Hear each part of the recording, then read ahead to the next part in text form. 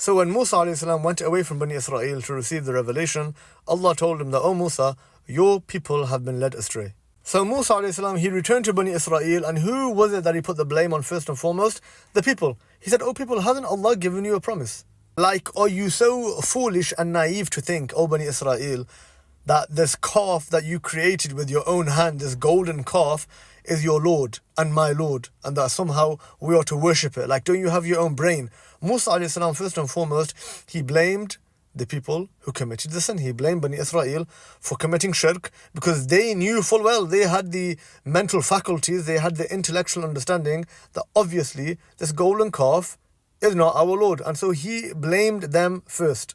Now Bani Israel, they tried to, somehow implicate Samiri into this whole thing, and to try and blame him, to say, "Look, O Musa, we were almost forced and tricked and duped by Samiri in worshipping this calf." And so you would think now that Musa ﷺ's next blame is going to be on Samiri. But no. Musa ﷺ, he actually first went to his brother Harun, and he said, "Oh Harun, what actually stopped you when you saw them going astray? What stopped you from following me? Have you disobeyed my orders? Like, Harun, I put you in charge when I was away. You were in charge.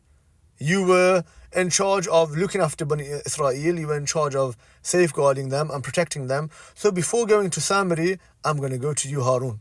And we know that Musa ﷺ was so vexed with his own brother Harun that he pulled him by the beard and he pulled him by the hair.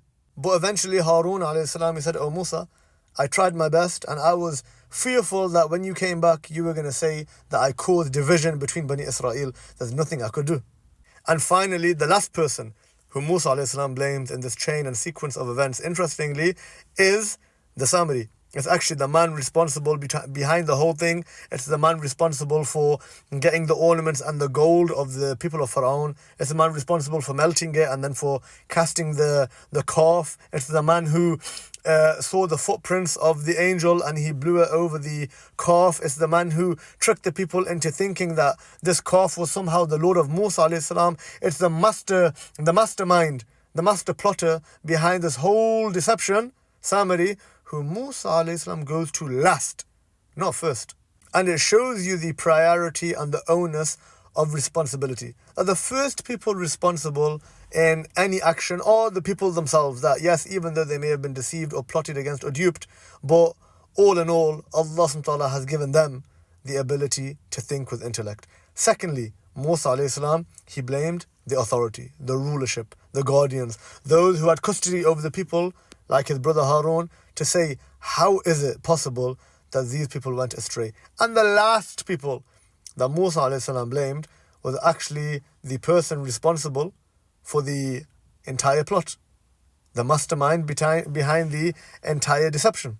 And this is why we say, when you look by and large at the entire Muslim world, at the state of the Ummah today, that we can blame whoever we want, but at the end of the day, first and foremost, the blame is on us as an Ummah, that we know generally what is right and wrong, and we have the authority to change what is affecting us.